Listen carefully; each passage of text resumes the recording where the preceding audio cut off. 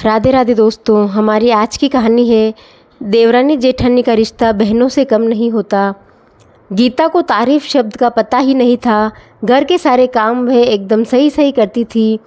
खाना बहुत स्वादिष्ट बनाती थी, लेकिन फिर भी आज का खाना अच्छा था। बहू ऐसा उसकी सास ने कभी भी नहीं बोला और पति भी कभी उसकी प्रशंसा नहीं करता था।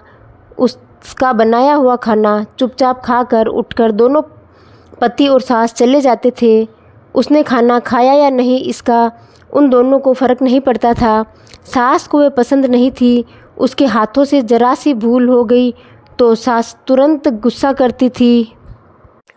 उससे भी बुरी बात यह थी कि उसके पति और उसके बीच बातचीत का ज़्यादा नहीं होती थी और उन्होंने ये चुप्पी बनाए रखी थी।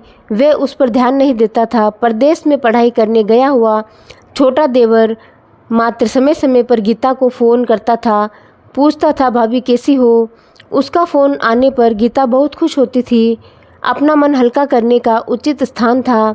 गीता का कुछ ही दिनों में देवर की पढ़ाई खत्म हो गई और वह घर आया।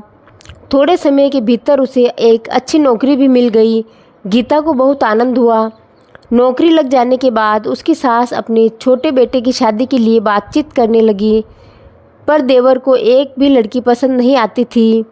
इसने ही बोला होगा उसे मना करने को सोचकर सास गीता को ही दोष दे रही थी। गीता को चिंतित देखकर देवर ने अपनी माँ से कहा, मैं एक लड़की से बहुत प्यार करता हूँ, मैं उससे शादी करूँगा। उसने जिद की।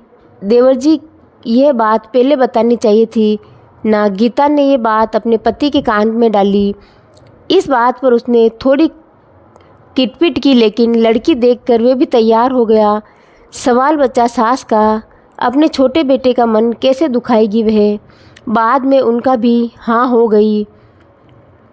गीता को बहुत खुशी हुई। उसे लगा एक छोटी अच्छी सहेली आ जाएगी अब साथ देने के लिए, दिल के राज बताने के लिए।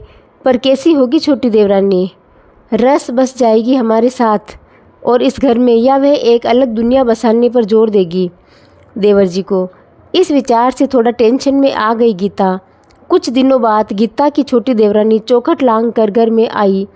देवरानी ने घर में आते ही सारे घर की जिम्मेदारी अपने हाथ में ले ली।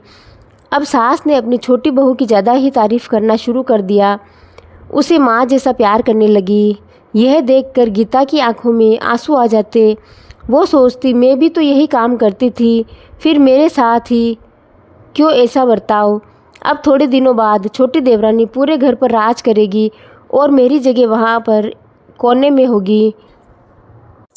अपने ही विचारों में खो गई गीता। गीता के भाव समझने पर छोटी देवरानी गीता के हाथ अपने हाथ में लेकर बोली, दीदी मुझे सब पता है, मुझे अपनी छोटी बहन समझिए, देखना बहुत जल्दी सब ठीक हो जाएगा।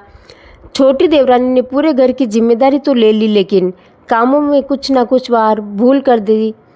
फिर देवरानी गीता के पास जाती और मदद मांगती। ऐसा रोज़ ही होने लगा। यह देखकर सासू गुस्सा हो गई। मेरे रहते हुए छोटी बहू बड़ी बहू को क्यों पूछती रहती है।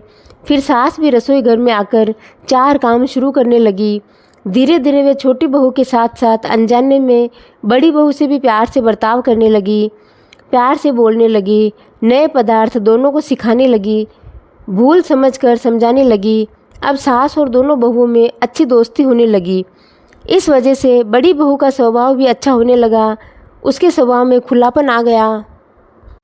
सास भी दोनों के साथ कभी शॉपिंग तो कभी फिल्म देखने जाने लगी।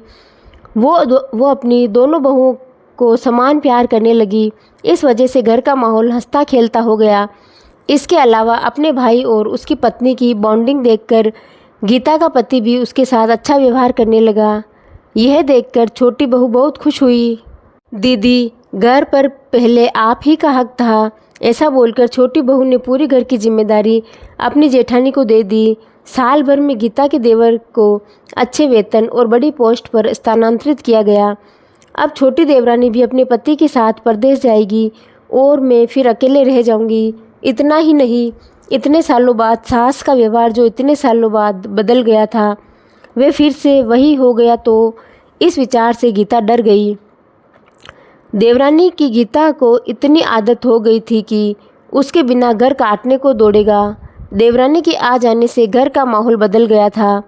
वह थी ही ऐसी खुशमिजाज और ऊर्जावान, जैसा कि नाम से पता चलता है। यहाँ देवरानी की हालत भी कुछ अलग नहीं थी। उसे दुख हुआ कि यदि यहाँ रहना पड़ा तो उसे अपने पति से दूर रहना पड़ेगा। गीता के देवर की जाने की गड़बड़ और देवरानी मात्र टेंशन होने के कारण गीता सोच में पड़ी। अंत में उसने देवरानी को पूछा तो देवरानी ने जवाब दिया कि दीदी, मैं सारा दिन नए स्थान पर अकेली रहूँगी, उससे तो अच्छा मैं यही हूँ। आपके देवर को बोला है मैंने शनिवार और रविवार की छुट्टी में आप ही आ जाया करें, मैं भी उनके साथ जाया करूँगी, बीच बीच में थोड़ा बदलाव के लिए। उस पर वे बोलते हैं कि 6 महीने में वापस यहाँ बदली करा लूँगा मैं। अपने पति की नकल करके देवरानी बोली और छोटी देवरानी भी हंसने लगी। अपनी आंखों के आंसू पोंछते हुए गीता बोली, छोटी, ये दिन वापस नहीं आने वाले, जाओ तुम अपने पति के साथ, उनके साथ भी तो कोई होना चाहिए ना। दीदी, आपने मुझे बड़ी बहन का प्यार दिया, वैसे ही भैया के रूप में एक बड़ा भाई मिला। यह भरा हुआ संसार छोड़कर मैं कैसे जाऊं? वहाँ अकेली का मन नहीं लगेगा। 6 महीने का तो सवाल है, वे आते रहेंगे यहाँ पर। यह सुनकर गीता ने अपनी देवरानी को खुश होकर गले लगाया। तभी देवरानी गीता को बोली, अपने पति के साथ एक अलग जीवन बनाने में समय नहीं लगता, अपनों में रहकर पति की प्रतीक्षा में ही आनंद है। दोस्तों, 2 अलग अलग घर और ससुराल से आने वाली यह लड़कियां अपने नए घर के लिए सब कुछ करती है, पता ही नहीं चलता कि कब एक दूसरे की आदत हो जाती है। सच में देवरानी जेठानी का रिश्ता बहनों से कम नहीं होता। तो दोस्तों, आपको ये कहानी कैसी लगी कमेंट बॉक्स में बताएं और इस चैनल को लाइक, शेयर और सब्सक्राइब ज़रूर करें। धन्यवाद।